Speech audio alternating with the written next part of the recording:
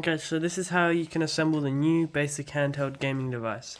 Start off with this. This is called the breadboard, and this connects all our components together. Now we want to get the screen.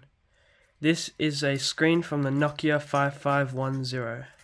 What you want to do is place the screen in the breadboard. So line it up so it sits inside the holes and just push it down and it will go in. Put it on the top section of the breadboard and leave a little bit of space. Next, you're going to get these resistors. So this is a resistor. It looks like this drawing right here. And each different color on the resistor signifies how many ohms this resistor is. That's what it looks like on a schematic.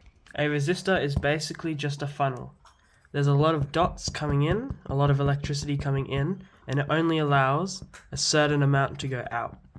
So with the screen right here, this can only handle 3.3 volts. So if we're putting in 5 volts, we have to lower it down to 3.3, otherwise the screen will overvolt. So pick up one resistor and you're going to place it on the breadboard. So see right here where the first bit of the wire is? Where the first wire is. This is going to be row 1. And this next one where the next wire is, see this wire right here? This is going to be row 2. And then this is row 3. Row 4, row 5, and it keeps going all the way up. So you're going to place this resistor in row 1, and you're going to bridge it over this gap right here. So it's going to look like this. See how it is on the first row right here, where the first wire is? See how there's no wire here, here, and here? The wires start just here, on this line right here. That's where we're going to put the first half, the first wire of the resistor. Then we're going to bridge it over the gap, so this is the gap right here. And we're going to make it go into this hole, so it just goes straight. Now it doesn't really matter which way you place it, because resistors are unpolarized, so both of these will work. Because it doesn't matter if the gold is at the bottom or the gold's at the top. You're going to repeat that 5 times until you have all 5 resistors lined up into 1, 2, 3, 4, and 5. So every single one of these. Okay, but there are these 3 that are still remaining. So what you're going to do is you're going to grab a wire. We're going to grab 3 wires.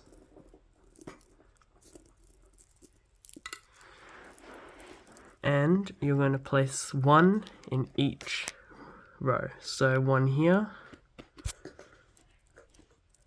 1 here, and this last one here. So we're going to leave these for now. So there'll be 3 wires that have one side not plugged into anything.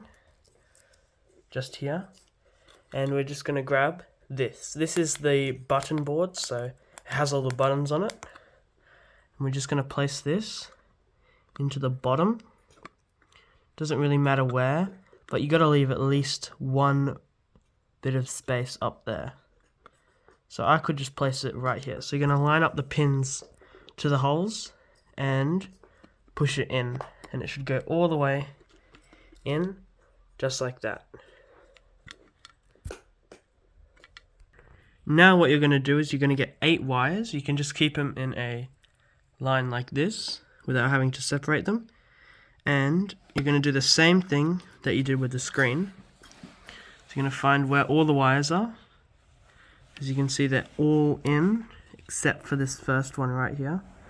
So what we're going to do is we're just going to place 1 where every single wire is. So as you can see right here, there is a wire, or we have a wire in every single place where there is a wire.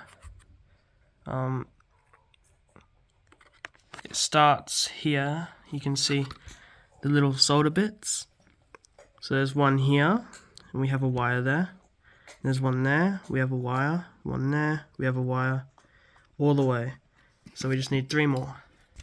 Okay, so now once you have every single wire in, it should look like this. It's really messy, but we're going to make it a lot cleaner. So start off with these wires right here. Okay, so now you're going to get this. This is the Arduino Uno.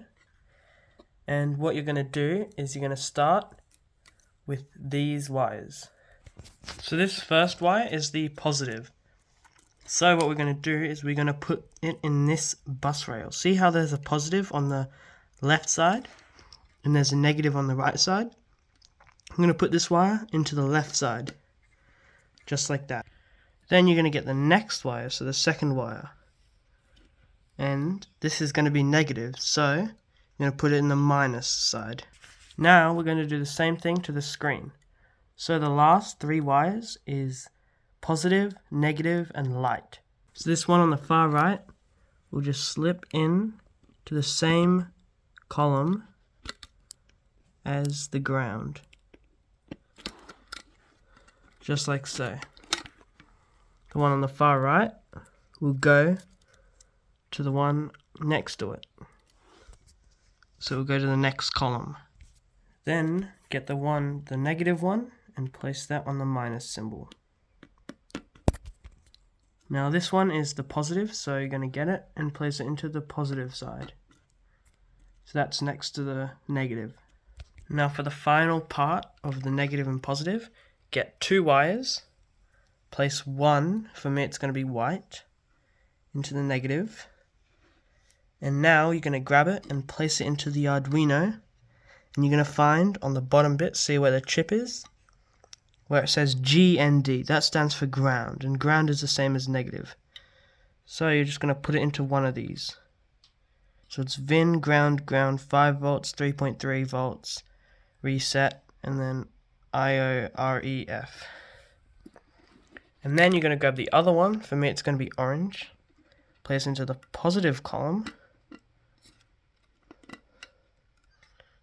and you're going to connect the other side to 5 volts, or 5V.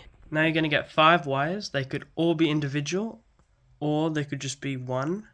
And you're going to place them under every single resistor.